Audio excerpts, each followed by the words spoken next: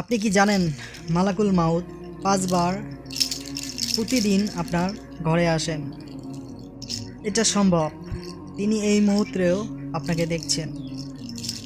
প্রশ্ন, তিনি কি দেখতে আসেন এবং কিন্তু কেন? এটা জানলে হয়তো আজ থেকে আপনার জীবন বদলে যেতে পারে।